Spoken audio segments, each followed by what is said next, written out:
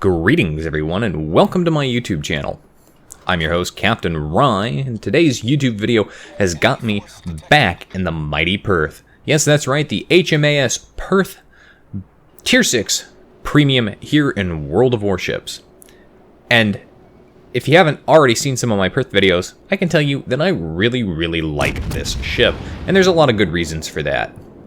The ship is basically a Tier 6 Leander, except it comes with high explosive, a unique smokescreen, and it gets hydroacoustic plus the scout fighters, so you can put those scout fighters up, spot a lot of things out there, and then anything you get close enough to with your smokescreen or around an island, you can pop that hydro and see all of the wonderful fish and all of the wonderful destroyers who ventured too close. As the battle gets underway here, it's the neighbors map, it's domination match mode, and I have gone up to the sea cap point with a friendly destroyer here, and we are being contested for the sea cap point by a couple of enemy ships. Now, there's an enemy ship that's shooting at our destroyer up here, and I'm using the uniqueness of this smokescreen. You might be wondering what this smokescreen's unique properties are. This is a question that I actually get a lot of, and the short answer here is that the smokescreen on the Perth moves with you. The smokescreen only lasts 12 seconds. Each puff only lasts 12 seconds. But the time that it's active for, the generation time, is insanely long. It's over a minute in length. So you can slow down below that 12 kilometer threshold, pop the smokescreen, and then just keep moving forward slowly with it. If you want to know what it's like to play a submarine in World of Warships, this is about as close as you're going to get. Enemy cruiser over there has managed to broadside himself in front of my wonderful rapid-fire 6-inch guns. Well, not that rapid-fire, but because of that, I managed to citadel him 3 times and take off a lot of his HP there. He doesn't have a lot left, and unfortunately, due to the forward momentum of this ship, I am unable to secure the kill on that cruiser, and so he's going to live for just that little bit longer. Friendly destroyer up here is engaged in a gunfight with this enemy destroyer here, and I am supplying him with some much needed and critical backup. The high explosive fires on the Perth are actually pretty reasonable, and if you've got the demolition expert, you can actually set quite a significant number of fires with these guns. The other thing that you can do is you can get the high explosive inertia fuse, and you can do quite a bit of damage to broadside battleships as well as bow-on battleships due to the penetration values of this high explosive. Now, enemy team has managed to capture the B cap point. My team is still in the process of contesting the A cap point, and we've managed to actually capture the C cap point. But the enemy, they're going to really be in much more of a position to take the A cap point, mostly due to the positioning of the fleet. And if you look at it, the vast majority of the ships on my team are over at the C cap point. Now I'm borrowing friendly Leander smokescreen here for a moment or two while I get myself in a better position to shoot at all of the enemy ships up here. Enemy destroyer pops up, very dangerous destroyer over here. This looks like a kamikaze, and definitely don't need him to have any recourse to deal with me. So I want to try and kill him as quickly as possible. Of course, he's getting decked out there behind a smokescreen as the friendly destroyer lays a smokescreen, effectively laying a smokescreen for him, trying to break contact with the enemy Cleveland that's back over there. So far, at this point in the battle, I haven't actually taken any damage, and that's actually one of the really key things you got to remember when you're playing this ship. You do not want to take damage in this ship, because the ship really doesn't take damage well. It's not like any of the other British cruisers where if you get hit, like I did there, that's something that you can repair. If you get set on fire, that's something you can heal up. Not so much in the Perth. In the Perth, just like the Belfast, you don't have that heal consumable. Then again, because of the nature of the smokescreen and your ability to effectively pop it and keep moving, you don't necessarily need it. And because you're in a tier 6 ship, the chances of you ending up in a tier 8 battle where radar is more prevalent, not quite as high, although it does certainly happen from time to time. Shots out at that Cleveland there, and I do manage to actually set him on fire, and that fire is going to be somewhat important, because I managed to kill him while burning him to death. Enemy ship has popped up here around the side of the island. Now I've got torpedoes out in his direction, and he is just inside my torpedo range, but if he continues the way he's going, none of my torpedoes are going to hit him. Now I've got the problem that my smoke screen is coming off of its activation, which means it's not going to last very long, so I'm going to have to start cranking up that speed as soon as the smoke screen runs out. Do manage to hit that battleship with 1 torpedo, and that's very good. Smoke screen's generation has run out. I've only got 12 seconds before that smoke screen is going to dissipate, so I immediately hit the full throttle and start moving forward. Of course, I run right into friendly Leander, and that slows me way down. Lucky for me, this battleship doesn't have his guns reloaded, because battleship guns on the Perth tend to citadel her every single time you get shot. Enemy battleship, though, he manages to get sunk, which is pretty good for me. That puts me in a nice, secure situation. Of course, team not doing so well. The enemy team is in the lead with caps and points, and they have more ships. Specifically, they have more destroyers than my team does. In fact, the only destroyer left on my team is me, and I'm in the Perth, which is kind of a destroyer. Now, as I come around this island here, I want to push toward the B cap point, and I'm detected.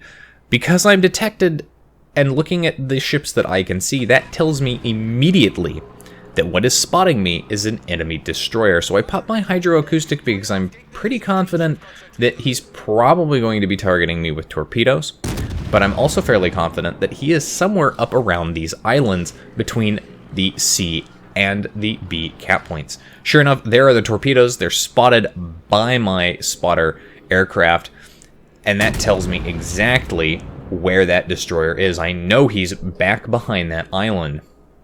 So I'm going to go ahead and I'm going to use this island for cover. I'm going to try and avoid direct line of sight with the big gun battleships that are out here. Fire off torpedoes here. If that battleship decides he's going to go ahead and come around the headlands of that island, with any luck, he'll sail right into them.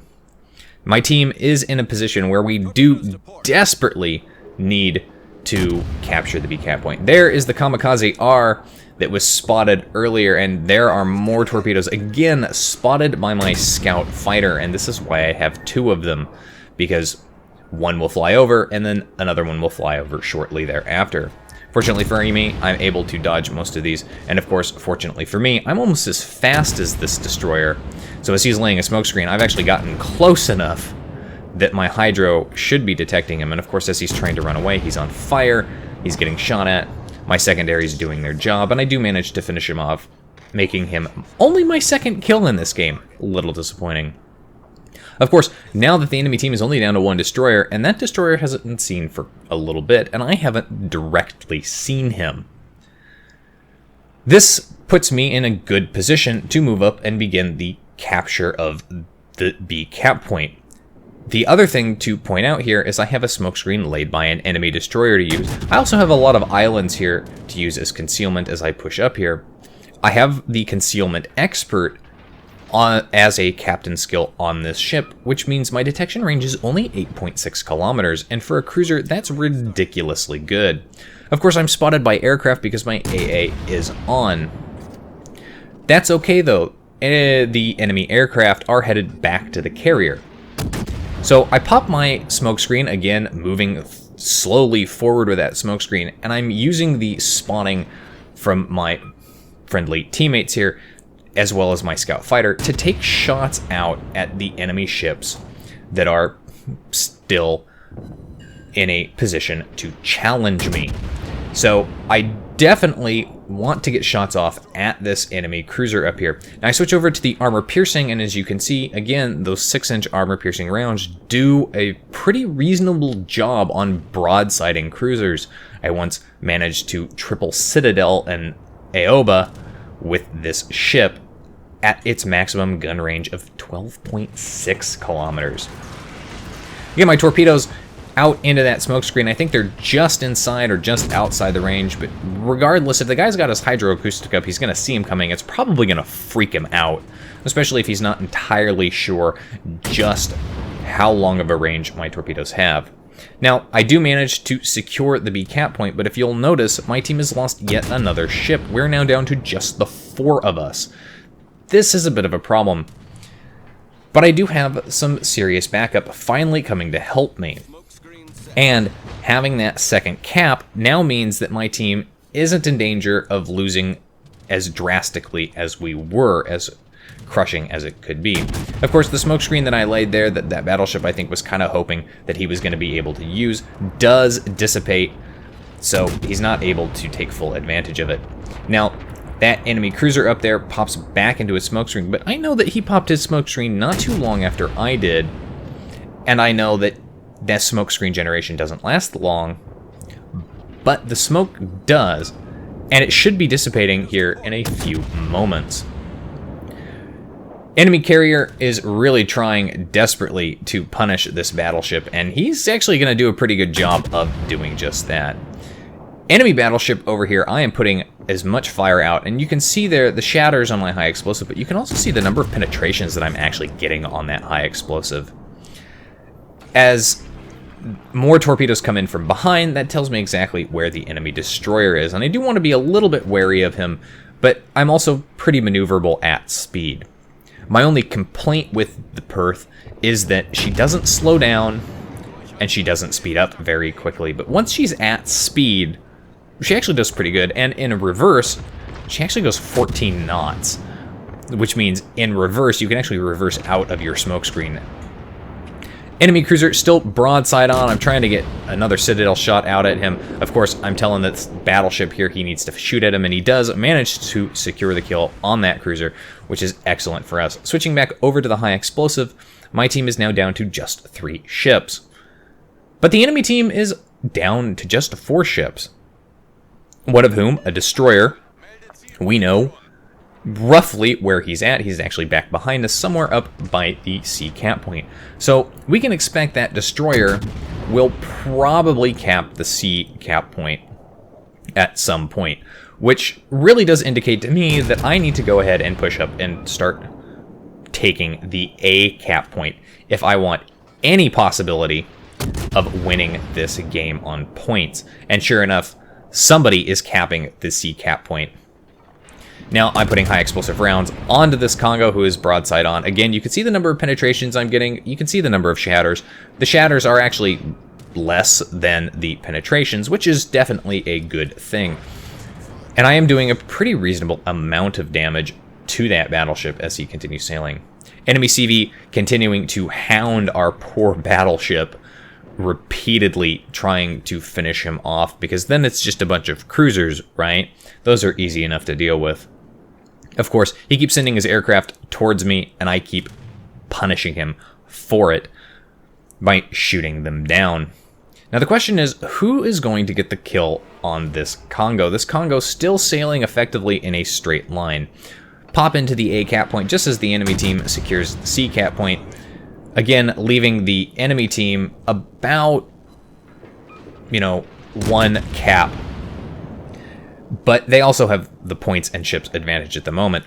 But if we can finish off this Congo, we can cap the A cap point, and then we can deal with their carrier, who has popped up. And that carrier is in a really bad position because all of his supporting ships are nowhere around him. Managed to get more shots out there. The Congo's still not dead yet, but he's incredibly low health. Does get finished off. And with him gone, it's now a 3 versus 3 situation. And my team is now, again, in the cap lead with 2 of the 3 caps. So that means we're going to be gaining more points faster than the enemy team.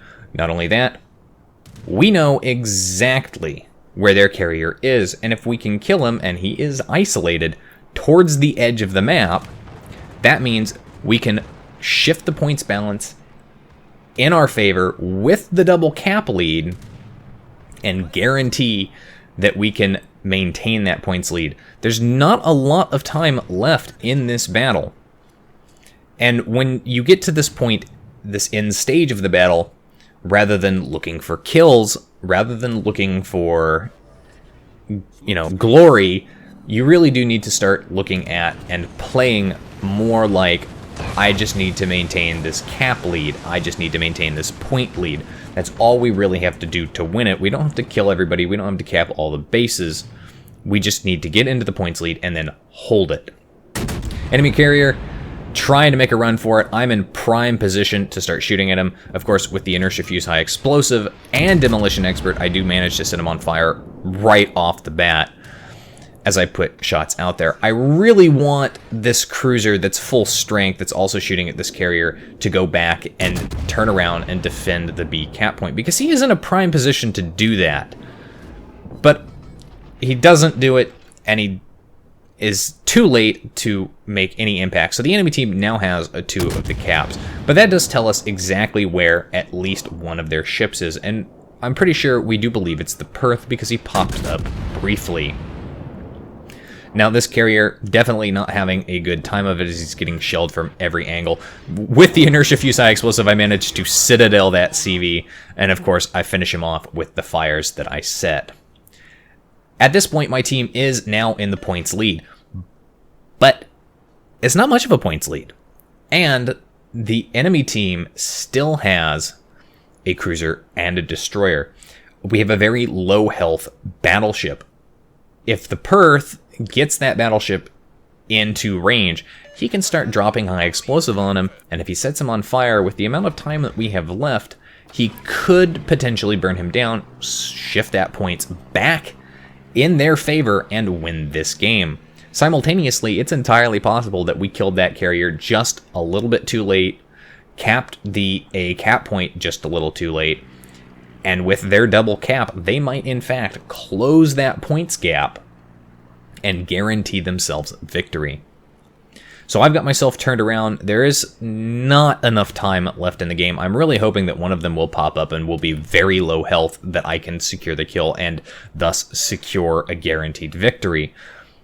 But simultaneously, I know that if they pop up, that means that our ships are also probably in range. And of course, I'm being detected by aircraft that are left over from the carrier, who are effectively spotting the A cap point for him. There's a smoke screen up there. That could be the Perth. That could be the destroyer. It's hard to tell, but because he's in the smoke screen, there's really no way to tell what's in there. I'm telling my team to pepper that smoke screen. I want you to drop as much hot lead into it as possible, just in case you actually manage to randomly citadel something. You never know, it could happen. As the clock runs out, we do manage to just stay in the points lead, and I secure, or I should say, we secure victory in that round. 112, almost 113,000 damage on 5 citadels, one of those done with high explosive. Not that many planes shot down, not too many secondary hits, only 1 torpedo hit, and no flooding caused.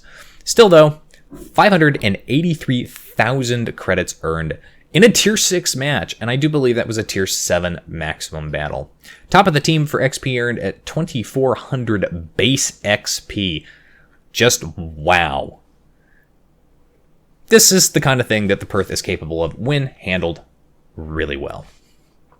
Anyway, that's it for today's video, folks. If you like the video, hit that like button, hit the subscribe button, leave a comment down below. If you'd like to get semi-regular channel news and updates, you can do so by liking and following me on Facebook.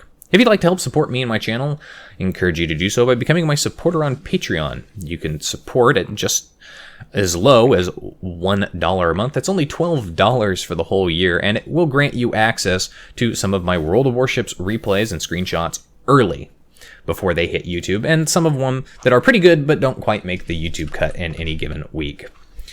If you've got a replay like this one that you'd like to see featured on my channel, you can send it to my email, and if you've would like to watch me play World of Warships, Armored Warfare, among other games live Sundays, usually around 10 a.m. Pacific Standard Time, Pacific Daylight Time, you can do so by following me on Twitch. You can find the links for all of those in the video description down below. And as always, I'll see you next time. This is Captain Rye, signing off.